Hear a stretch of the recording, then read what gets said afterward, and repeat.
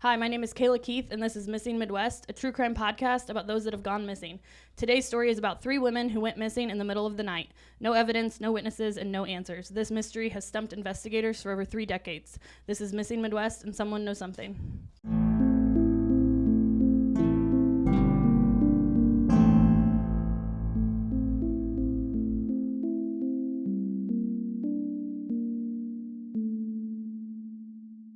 Hi. Hey. What's up? Not a lot. We got some visitors here. We do. My dad's here. AKA 360 Contracting. Yeah, if you need something built, my dad can fix it or build it. Garages. Bob the Builder. Room additions. They did the floor in our house. It's pretty. They do pretty much everything. They're here to check out the podcast, guys. What's Shameless up? plug. Shameless local plug. Construction company. Yeah. Shameless plug. Local flower shop. He's a solid dude. I named my kid after him, so that's got to mean something. Yeah. Our kid's cute. What's up? What are we talking about? Well, we got to talk about our merch store. Yes, merch is live. I'm so excited. We've sold shirts. People are going to be repping. And I was really excited when I got on there to see who bought. Your sister bought, which thanks. Shout out, Jenny. Thank you, Jenny. But somebody bought something, complete stranger. I don't even know who they are. And they're wearing Missing Midwest now. Yeah. So thank you, stranger. Seriously. Well, the support is amazing anyways, whether we know you or don't. We're thankful. Thank you. Also, it's a local print company here in Kokomo. KMG Supply is going to be getting all of the orders. And I love local. I love shopping local. I try to shop local. So I was excited that they were able to. They were so easy to work with. They were. Wow. And their product is really good. So you're going to get really cool product. Also, I designed it. So yeah, it's pretty. Yeah. So you can go. What is our website for that? Is it just check out our Facebook page? I linked it in our bio. And I posted about it, and I put a QR code that you can scan, and it'll take you right to the website, and it shows all of our merch on there. So you can do that. We also have Murdered Midwest coming up. That's launching October 1st. I'm freaking excited. Yep. You'll be able to sign up for a subscription and get bonus content. So on October 1st, you will be able to sign up for the subscription, and we will send you something in the mail. I don't know what. I said a sticker, but I don't know if it'll be a sticker. We'll figure it out. It'll be a surprise. It's going to be good stuff. But you'll get something in the mail and an extra episode every week. Let's do it. I'm excited. Me too. And it's support. We love your support. It's a win-win. Absolutely. Yes. Also, I'll love you forever. So you get that too.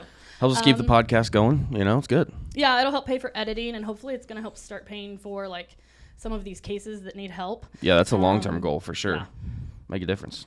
What else? Announcements. Cross America. Dude, shout out. Yes. A podcasting class here. We're going to be there. It's on. Yeah, we're speakers at it. And so you can come see us. It's if you've ever been thinking about starting a podcast. Yeah, it's November 3rd. It's $50. It includes lunch.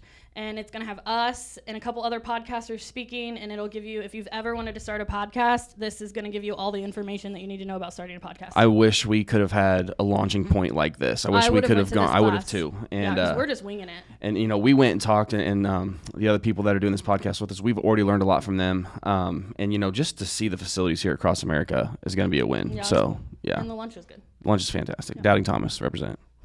Anything else? I think we're ready to go. I'm ready to hear about this case because I know nothing about it. True crime tip of the day. Oh, yeah. Bring this on. Freaking last night, somebody knocked on my door, and this dude, I thought it was my brother at first. It looked like my brother. And as soon as I got to the door, I opened up. I left the screen door shut, and I opened up, and there was this man there. And right off... I hope he's not listening. Maybe he is. I don't know. He stank really bad, and he was nasty and scary, and he had his head was covered up, and he was like, can I use your phone? And I literally laughed and said, no. Like, I am not. And I just, absolutely not. Like, you do not have to let anybody use your phone, come in, even if they have a friggin' police badge. Like, nobody can come into your home. Nope, you don't have to do anything. This guy was like, I ran out of gas. There was no car anywhere. It was just super sketchy. All of the red flags. My dog was growling. Like, if my dog doesn't like you, I don't like you. So yeah, don't talk to strangers. Be careful, people. Be careful. Talk to strangers. It was not good vibes coming from the dude. And then he went out and sat in my driveway and started stretching. It was really weird. Yeah. So yeah, bad vibes all around. Do not answer the door to people like I did. If you do, don't let them into your house. Also, if anybody ever wants to come stretch on my driveway ever again, we're going to let our dog out. And you're going to recognize what 75 pounds of black fluff looks like. Because I should have just let Tebow out. I was going to say. Ran away. Yeah. But yeah, it was really weird. It was a strange night. Yeah. I'm pretty sure he was lying. I don't know what he was doing. Don't answer the door to strangers. I literally, that goes my for you son adults. was like, my son called my name, and I was like, I said, have your dad help you, and Johnny wasn't even home. Smart. Also, you know what else I did? I kept yelling my dog's name to or not yelling it, but telling him to get back from the door because he was trying to eat this man. And I didn't use the dog's real name. Smart. That's a true crime tip for you. His name is Ralph. Yeah, I don't remember the name I made up on the spot, but I literally used a different name because I was thinking if this man comes back, I don't want him to know my dog's name. Smart. It was. I've heard that on another. Our own family, 360 contracting in the back here, has called me and said your dog is not going to eat me if I come in your house, right? And I was like, I don't know. Mine. But knowing his name would help, and this dude was not going to know my dog's name because he was sketchy. So yeah, anyway, true crime tip of the day. You're welcome. Don't let anyone know your dog's name. And don't answer the door for strangers like I did. Yeah. All right. Tell me about this case. This case, first of all, I freaking hate this case. I absolutely hate it because usually when I research a case, we leave, you leave with a general consensus of what happened. There's a prevailing theory of what we think happened, what happened.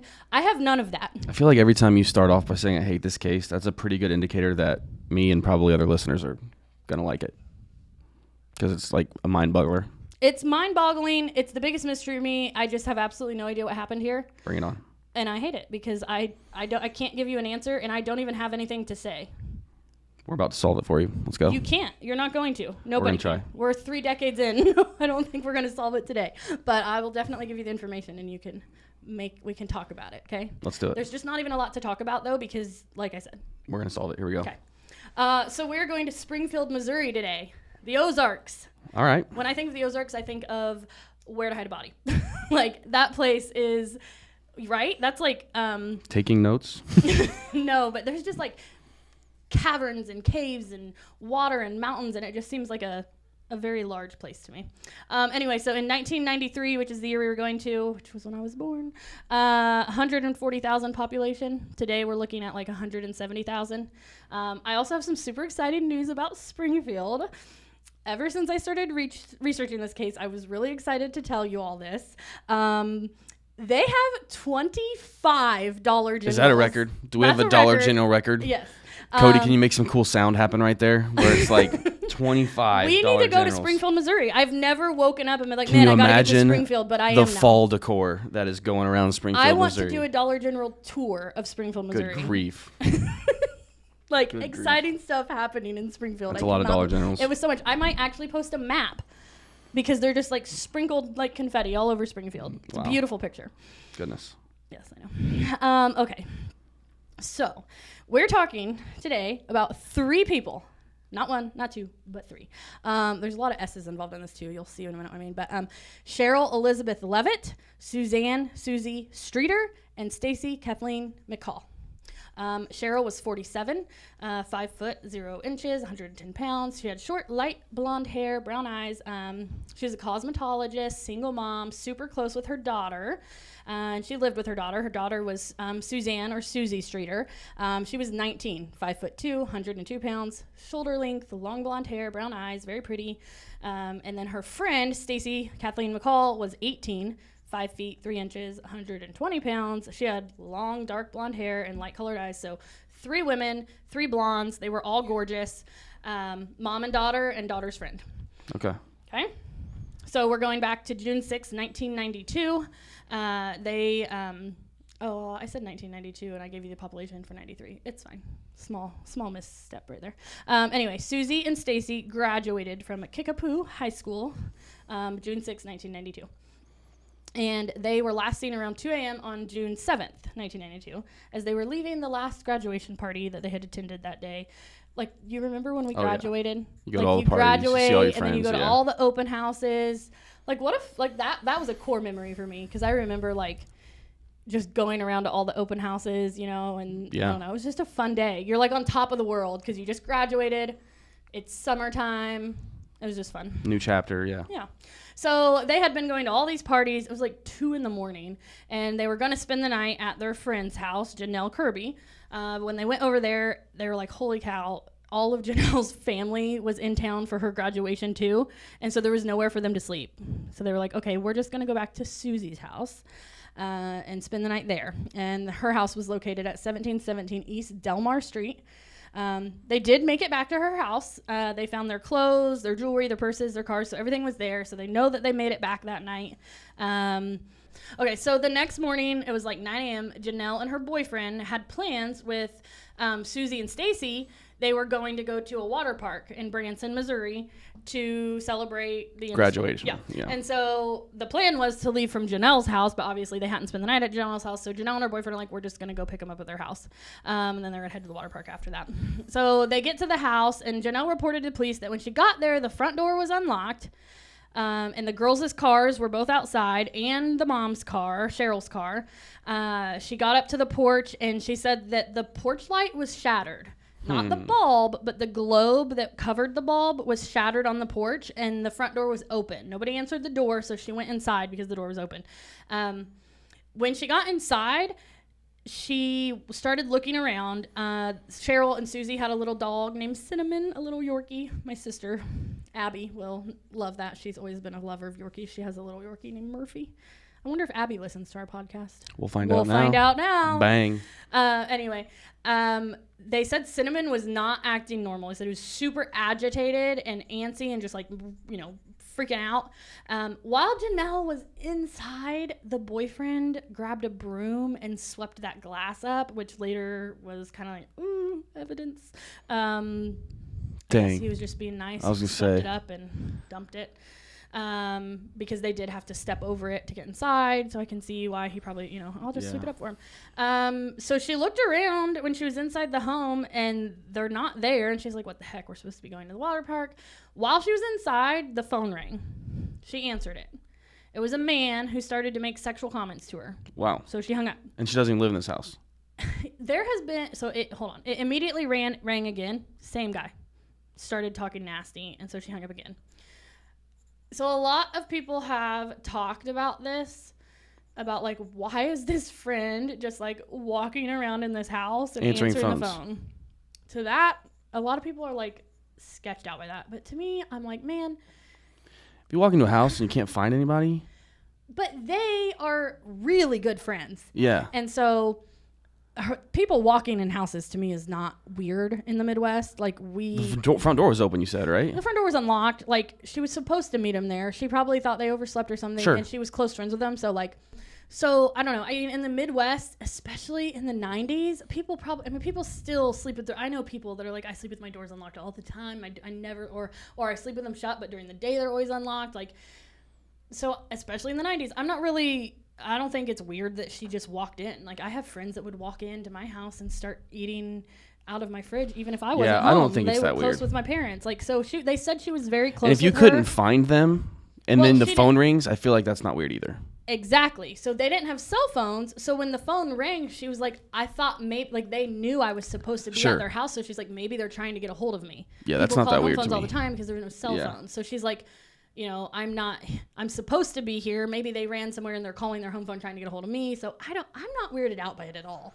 But a lot of people online seem to be give it like, why is she in their house? A 2 out of 10 on the weird scale. And why is she answering their phone? To me, it wasn't weird at all. I was like, oh, it's her friend and it's the 90s and they're in the Midwest. So 2 out of 10 on the weird scale. I'm not concerned. Not too bad. So like she said, she like looked around. She's like, I don't know where they are. She's probably annoyed. She never said she was, but like, you were supposed to go to this water park. Yeah. So her and her boyfriend left, and I didn't find what they did for the rest of the day. However, later in the day, Stacy's mom, Janice McCall, she had been trying to get a hold of her daughter, and she hadn't been able to get a hold of her, so she went over to the house as well. She went inside, and she noticed that all 3 of the women's purses were sitting on the living room floor. She also noticed that her daughter's clothes from the previous day that she had been wearing to all those graduation parties were neatly folded and on top of her shoes. And she also noticed that Cheryl and Susie, they were both smokers. Their cigarettes were there.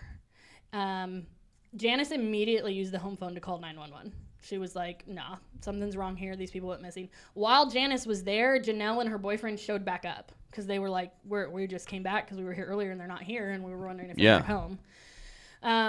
So after she got off the police with the phone, she checked the answering machine because there was a message on it. And so she thought the same thing. Maybe they called. Sure, yeah. So again, apparently it's not that strange because Janice's mom did it, or Janice, the mom, did it as well. So she played the message.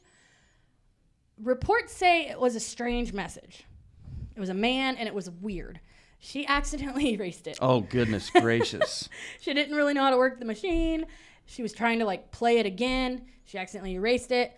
Police believed it may have been a clue. But again, she couldn't really understand it, so she couldn't really relay what it said. That's why she was trying to listen to it again, and it got deleted. Did Janelle hear the message too? Like, could she confirm it was the same guy? There was no message. When Janelle got there? Yeah, well, but Janelle just had the 2 phone calls, so there was no way to say, like, do you think it was the same person? They believe that it was, they don't believe that the strange message was for some reason. So I don't know if it's because they talked to Janelle and. Could they see phone records at this point? Like, I don't know. They don't believe that the prank calls that Janelle got were connected to the message that Janice heard. They think they were 2 separate things. Weird. There has to be a reason they believe that. Yeah. Because with the information I've been given, I'm like, they're probably connected. Yeah. So I'm sure between talking to Janice and Janelle, they were able to not connect the 2. There wasn't much more information on that, however. So within 2 days, this investigation blew up. The case was featured on CBS, the 48 Hours for an episode. It got national attention. The FBI was called in just 2 days after they went missing. And by June 10th, more than 20,000 missing person posters had been distributed in Springfield. Some are still there to this day. There's pictures online of these like old, tattered, it's super eerie, hanging in restaurant windows and stuff. So many searches, so many volunteers. They dove in the lakes and the rivers, and they just searched everywhere. Everybody close to the girls took and passed polygraphs. Many, many months. There was a box in the upper left-hand corner of the local newspaper, and all it said was days missing with like a number. Like days missing 12. Like it was like a daily counter on the newspaper? It didn't even have an explanation with it because the community just knew. They knew it was counting how many days those girls had been missing. That's like the kind of community we're talking about here. Didn't even need to say what the counter was. It was just like days missing 30, and it just counted every day. That like just, I don't know. Man, that's that. yeah. Can you imagine every day opening your paper and being like, man, another day. Yeah. And everybody just knew it was about them. So on December 31st, 1992, so a year later that year, a man called America's Most Wanted tip line and said he had information about the disappearance. But the call was disconnected when the operator tried to connect him over to the Springfield Police Department. The police publicly asked him to call back because he had said some things in that call that made police believe he had knowledge of the crime. What? He never called back. What? Never found out who he was. They've never said what he said that made them believe that he had knowledge of the crime. But for a long time, they made like public pleas for this man to like call back, which he called once. Like freaking call back. Yeah. Jeez. In 2007, investigators received a tip that the women's bodies were buried in the foundation of the south parking garage of Cox Hospital. There was a crime reporter named Kathy Baird, and she invited a man named Rick Norland. And she paid him, raised the money and paid him. He was a mechanical engineer. She paid him to scan the parking lot with a ground-penetrating radar. Now, this tip came from a psychic, to which I say, bull. Yeah. Have no reason to believe a psychic. I do not believe in that stuff. Much past That's So Raven on Disney, which was fake. So I do not believe it. And I would have been like, nah. Apparently this Kathy Baird lady did believe it though, and she went out on her own, which you go girl. I'm happy for you. I'm glad you did it. And she raised the money or paid for it herself. I'm not sure. But she got this guy with ground penetrating radar to come scan the parking lot for her. Cause she's like, hey, this psychic said that's where they're buried. He said Stacy came to him in a vision and said that they're all 3 buried in this parking lot in the concrete. They found 3 abnormalities exactly where the psychic told them to that were the same size of 3 adult bodies. Did the police ever talk to the psychic? That perked my interest because like, I mean, a psychic, don't believe you, but dang, for making something up, you really nailed it with the coincidences there. Or you did it. I don't know. Or what? I mean, who's to say somebody doesn't come in to see a psychic and she's like, what's the worst thing you've ever done? I chopped up these 3 girls. But, you know, I mean, she must have some kind of information. I don't know. I'm not on board with the coincidence of this. There are no coincidences. So, yes, I agree. Like, did the cops talk to the psychic? So a spokesperson for the Springfield Police Department said that the person that reported the tip provided no evidence or logical reasoning behind the theory at the time or since then. And she also pointed out that the parking garage construction began in 1993, which was over a year after the disappearances, and that the digging in that area and having to reconstruct the entire structure, because it was a parking garage, would be very costly. And without a reasonable belief that bodies were there, they were not going to consider it a credible lead and that they were not going to do anything with that information.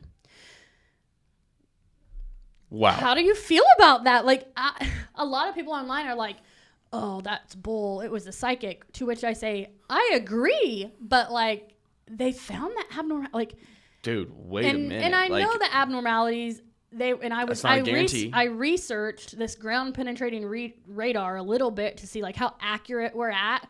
And it's like, if you take this equipment and just search any ground, you're going to find abnormalities. Like all of it. Like it could be like a rock. But it was 3 adult body shapes. I mean, it just shows you the shape of the abnormality, you know, and how big it is. And it was like, could be bodies. Yeah. And it's just like, man. And I understand not wanting to rip up a whole parking garage, but. See, I'd like to know. There's got to be some kind of code or, you know, procedure in the police world with how to deal with psychic things. Because, like, that's not a coincidence. Like, if I'm a cop, I'm like, yeah, I want to talk to this psychic. And she can say, oh, I had a vision. And just keep saying that until you're blue in the face. But, like, can they seize her client list? Like I don't know what kind of procedures would be involved. Or if it's just simply one of those things where. I definitely think it should have been looked into more. I fully agree with the no freaking thanks. A psychic called me. Like, I wouldn't even take that message. Yeah, right. But when this reporter went the extra mile here and got this radar and really investigated it, and you found something, to me, that would be reason enough to look into it more. I also wonder, which I'm going to look into this more, even like after, I do these cases, and when I'm done recording them, like, I'm not done with them. Like, we obviously still have questions until people are found, you know? I'm going to research this and look into it. The ground pin, the year, it was in 2007. Like, have we advanced in technology? Yeah, I want to know. And if it is, like, we're going to raise money and we're going to go. Like, can we see now? Or can you, like... go under? Yeah. I don't know. Like, there's got to be something. Like, look at the things that our technology can do now. Right. Since 2007. There's got to be a way to get a better look under that parking garage. Right. And a lot of people say that it's I was about to say a bad word. I'm not going to say it because of your mother. She's in the back of my mind. We love you, Mom. You're welcome, Tammy. I think it's a bull crap tip, but I think there's enough of a reason to rule it out. A lot of people online discredit that tip because it came from a psychic, to which I agree with. Yeah. But at least rule it completely out so we can stop thinking like about it, because I can't stop thinking about it. I feel like if it were to came to me, I would be like, don't take the time to go scan it. But if you came to me and said, exactly, we and scanned it and found this, put any money or effort I into care more about that it. than I care about the psychic. But like I said, I don't believe in coincidences. I'm not done with this one. I promise I'm going to look into it. If there is somebody out there that knows anything about ground penetrating radar, contact me. I will literally meet you in Springfield, Missouri. We can hit up some of the Dollar Generals and we can go see if we can get a better look at this parking garage to at least rule it out. Yeah. It would be nice to at least rule it out. Yeah. Because I can't, like I said, I can't stop thinking about it. Yeah. Listen up. If you're a small business owner like myself, you understand the value of time. There is always something to be done, and it's up to you to do it. Your business is your baby, and you rarely can trust others with it. But what if I told you that I had somebody that you can trust, someone that can save you time and help your business grow? I do. With Bo Digital, you have access to an entire team that will be there for you with marketing and advertising. It doesn't matter what the size of your budget or your business is. Bo can help you take the stress of marketing off your plate and free up your time to do more of the things you love to do with your business. Bo is a marketing company and a business partner, but my favorite thing about them is that they have become true friends. You can find out more about them and what they offer at bodigital.com. Take it from me and put a bow on it. Before I say this name, I just want to let you know that I try so hard not to judge others. I really do. But this guy is being judged currently by me. I will always judge him every single time I think of this case. It probably just will pop into my head at random times, and I will be like, what a freak show. And you can come at me because he's still out there alive to this day. I would love for an explanation from you, but Dustin Ricala, he was an ex-boyfriend of Susie Streeter's. He broke in to a Springfield mausoleum, which I freaking hate that word. Okay, sidebar. Something you should know about me is I'm all about the true crime, missing, murdered theories. I want to solve it all. I want to know all the answers. I hate death in the sense of once a funeral home is involved. I hate funeral homes. I hate that it gives me vibes. I'm scared, Johnny. It's true. We can't drive by a funeral home without or a hearse. Or hearse. If a hearse pulls up next to us at a red light, go run it. I hate hearses. I hate funeral homes. They just give me the creeps. I don't like the idea of embalming, coffins, caskets, buried, all of it. Graveyards. I hate it. It seriously makes me so uncomfortable. This guy freaking robbed a grave. And he stole $30 worth of gold fillings from a deceased person. $30. I wouldn't do that for $30 million. There is not enough. I wouldn't even go into it. If someone was like, hey, I'll pay you $30 to go walk a lap in that mausoleum right now, I'd say keep your money. There's just no way. So... judgment train here. Sorry, not sorry, but wow. This was just happened. Him and 3 of his friends just robbed a grave for $30. So police looked at him because Streeter gave a statement about it, and she testified. She hadn't testified against him, but she was a witness in that crime. It was vandalism, and so.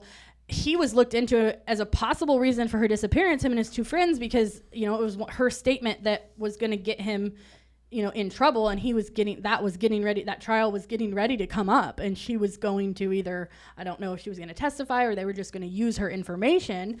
I don't know that someone would kill 3 people for a vandalism charge. People have killed for less, I'll say that. Goodness.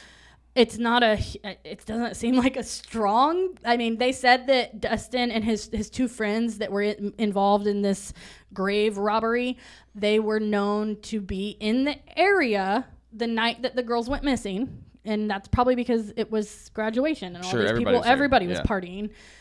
It's not it's like I said, that one's possible. It doesn't feel strong to me. Yeah. Very weird. Yeah, the thing I get out of that most is just this person that was just like, you know what? Let's go to the mausoleum. Yeah. Okay. So they robbed. You could have had a lemonade stand. They robbed this grave, and Susie saw it. Is what you're saying? It didn't say she saw it, but she was. He must have talked about it, or she was testifying against him. She was a witness in the vandalism crime. Okay. She heard him talking about it, or he admitted it to her, or something. Gotcha. So yeah, it's not like she even was like, I saw him rob a grave. Right. Ugh. It's probably why she broke up with him, weirdo. Well, she was dating him? It was her ex-boyfriend. Oh, yeah. I missed that part. Yeah. I don't know if she was dating him at the time. Love of my life. If you start robbing graves, we're going to have to distance ourselves. If I start robbing a grave, you need to check me in somewhere because something has happened. Oh, I can't even. I'm not kidding you. It makes me gag. Okay. I just. Ugh. Okay, so. Their carpet is so squishy. So then fast forward here, or back, whatever. Has any other link to them going missing other than the fact that he was an ex-boyfriend and super weird? No. That's it. Well, just the fact that she was one of the reasons that he was probably going to go to jail for vandalism. Because she was going to say yeah, he told me he did it. Yeah. The fact that they were dating, there's more than just this. She's testifying against him. It's not like a stranger testifying. So, but I'm waiting to hear more suspects. Yeah, so another suspect in this case was a man named Robert Cox. He was in prison in Texas for kidnapping and robbery. And he was a suspect in a Florida murder in 1988. He was suspected of killing a Disney World employee while on vacation with his family, which wholly not the happiest place on earth. We don't need to get in. We've already gotten into my dislike of funeral homes. I don't need to get into my dislike of Disney World. Yeah.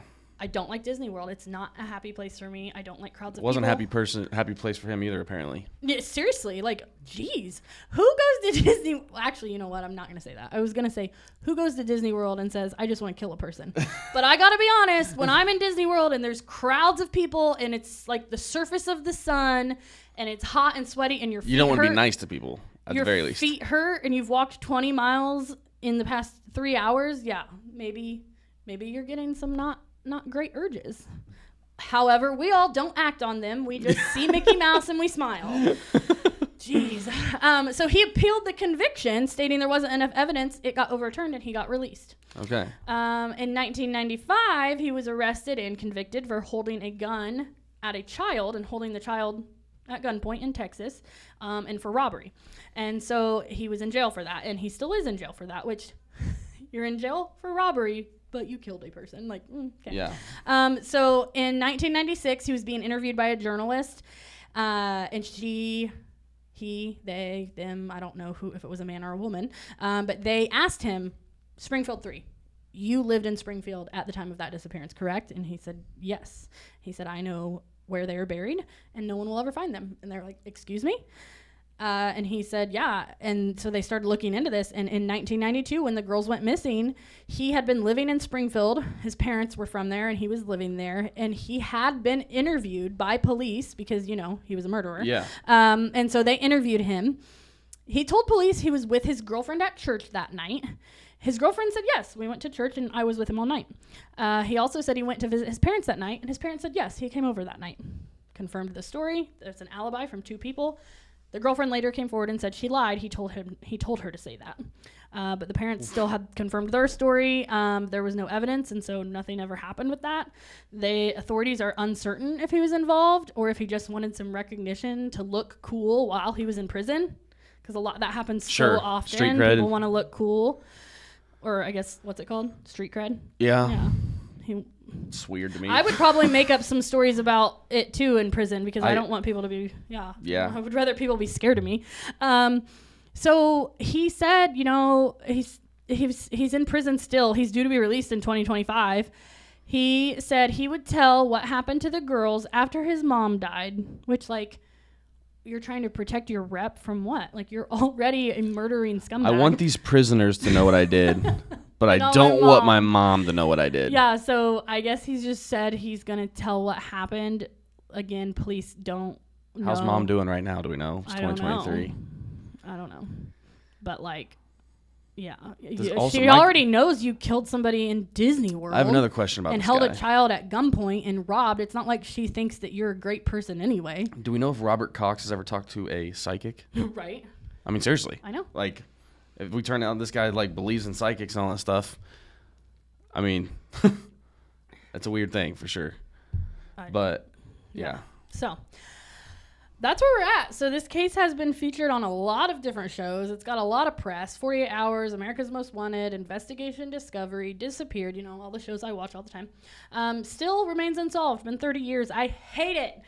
I hate that that's all we have. Like, I don't feel strongly on any of those theories. I mean, I don't like Robert Cox one bit. No, I don't either. But, man, how... So, I'll talk... Okay, hold on. So... we got more to unpack here, don't we? Kind of. No, just like some theories to talk through, I guess. So, I have a couple stars next to my notes, so I'll let you go first. Okay. Well, I just was going to say Janice McCall, which was the mother that went to the house that day. She was the mother of... I've been trying not to say Stacy's mom this whole time, but Stacy's mom. Yeah, it was Stacy's mom, Janice. Stacy's mom, Janice. She has never given up hope that her daughter could come home. She says, although other families have declared the other girl's dead, I cannot bear to do that. If there is even one chance that she is still alive, I will call her missing. Until I know 100% that Stacy is deceased, I will never declare her dead. She said they are going to have to find a remains somewhere before I will legally declare her dead. It's if not for any other reason, then if I do and she's not dead, think of how mad she'd be at me when she gets home. Man. That right there is why I do Missing Midwest. Yeah. Because as a mom, my heart breaks for her. Yeah. Like, what the whole time there would just be this 1% chance in the back of your mind, like, but what if she's out there and I give up? Yeah. So Janice, she's She's a bad mama. She is the co-founder and executive director of One Missing Link. She discovered this program. It's a nonprofit that assists families in need with missing people.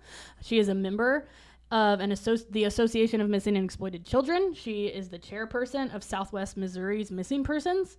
So she's doing it. She's like, she works a full-time job so she can pay for all of these other things that she's a part of. So Man, I'm thinking one day I will be doing some sort of like fundraiser where we take maybe like each month a portion of our merch sales will go to a different organization. I would love to get First big enough freaking one to will be be able to do Janice's that. right here because Janice, getting it. I love that she's passionate about helping other families of the missing people because of what's happened to her, and I just think that's awesome. Yeah. So there's currently a $43,000 reward. It's a heck of a lot more than $30, Dustin, for info on this case and these girls. So if you know anything, saw anything, heard anything, highly encouraged to call the Springfield Police Department at 417-864-1810 or Crime Stoppers at 417-869-TIPS. I go back and forth on this. So here's my thing. I've got Do some you stars. think the mom was the target or the girls were the target? Because I think the mom could have been the target because the girls weren't supposed to be home that night. However, if the mom was the target and somebody was in there, all three cars were there. So this person would have known the mom wasn't home alone if they went in after the girls were home. If they went in before the girls were home and the girls walked in and interrupted this, which that doesn't make sense because There's no blood in anything on the crime scene. And like, so they said there was washcloths with makeup on them beside the sink. They came in, they washed their faces. Their jewelry was on the bathroom counter. That's what girls do. Wash your face, take your jewelry off. Yeah. The clothes they were wearing that day were neatly folded. Their pajamas were gone, and the bed had been slept in. So this tells me the morning. They think they went missing between 2:30 a.m. and 7:30 a.m. I mean, I wouldn't want to say it was way after 2:30 because they were still out partying at 2. Yeah, they came got there. home. It looks like they slept in the bed Yes, they came home. They did their night routine, and they went to sleep. Yeah. So, I also don't, a random attack, you don't look at a house and be like, oh, there's 3 cars there? That's the house. Like, man. Well, and also, like, if you go in with one target and then other people are sleeping, I don't know. To me, and, like, to take 3 people. That's the other thing. How does one person That's hard to do. You can't be. Women? You can't be. Unless you at gunpoint and everybody follows you. You ready for this? Oh, gosh. This is a good one. Just give me the look. I did. So, there was one person that said she saw a van. Stop. Driving down her road early in the morning. A van. A big van. That looked to be like light blue or green. Do you remember who drove a light bluish green van? The same person that possibly folded clothes and put them on top of her shoes in Marion, Indiana? Yep. Freaking Gary. Full body And chills. Larry Dwayne Hall. If you're about to tell me that there is a Civil War reenactment near Springfield. I didn't look. Oh my gosh. Oh my gosh, I have to look that up. Pause. Hold the podcast. phone. I'll be right back. You know what's stressful? Buying and selling a house. Just over a year ago, we were in the middle of the process and it was overwhelming. I am so thankful that we had someone like Amber to guide us through the process. She knew what to do and when to do it. You were so concerned about pricing and loans, and I was just concerned with the colors and the layout. Oh, you remember that? Yes. Amber kept everything in mind, and we are in our dream house because of her. If you are looking to buy or sell in or around the Howard County area, you have to give Amber a call, or you can just give her a text at 765-865-1118. You can follow her on Facebook at Amber White, Realtor/Broker with Carrie Gruhl and Associates. She posts the latest listings, giveaways, and even helpful home tips. We are so grateful for Amber and all her help. Okay, so we're back. I just Googled it. There was a battle reenaction in Springfield, Missouri on June 6, 1992, the day before they went missing. And they went missing the next day. That's day. That's insane. Yeah, and actually, like when I have been looking on Google and like Larry Hall, like he is a suspect in this. No, he's not. Like not a listed suspect. No, but web sleuths. On web sleuths, people have said like Larry Hall and possibly his brother were in town that weekend, and this sounds like them. And that would explain 3 women. I mean, come on. Like, I think I had a hard time believing one person would be able to do that too. Wow. Mind-blowing. You'd also need a van to get 3 women plus Yeah. you and your partner out. Too. Yeah. Man. Freaking Larry Hall just pops up in every case. The Midwest. I feel like he monster. honestly is considered like suspects in a lot of the cases I do. Like you can't rule him out of anything because he was just taking women all across the Midwest. So. And again, he is Honestly, not a that wise, right smart there- person. So like the fact he got away with so many is like mind blowing. mind blowing. I also don't think he got away with it by himself. I mean, I agree 100%. That right there. I read about somebody saying they saw a van in there, and so I never made the connection with Larry Hall until now when you said about the war reenactment, and then I looked it up and there was a war reenactment. So that right there is my number 1 theory. I mean, me too. Yeah. That's crazy. I don't think Robert Cox should be off the hook because he had a bad alibi. No, and I think Dustin should still be in jail for robbing a mausoleum, but yeah, Dustin Cox, I don't want his mother to pass away by any means, but like, I think he probably is just talking to be talking. Yeah. Yeah, wow. Man. I still doesn't explain to me like how, if I had to guess if I'm going with the Larry Hall theory, I would say he followed them home. Yeah. That's what he did. He just kind of cruised. But the only thing is they slept in their beds. That would be weird. Unless he was waiting until they were, like, he Yeah. saw where they went and was like, oh, I'm going to give it an hour. Yeah. Their mom would just be collateral damage, probably. Yeah. Did he ever do multiple at the same time? I don't know. He's only ever been convicted of the one, so. Yeah. I don't know. Goodness. Wow. Yeah. I guess someone knows something. Man. That was a wild ending. This podcast is a So.Will.I.Studos production. So will I.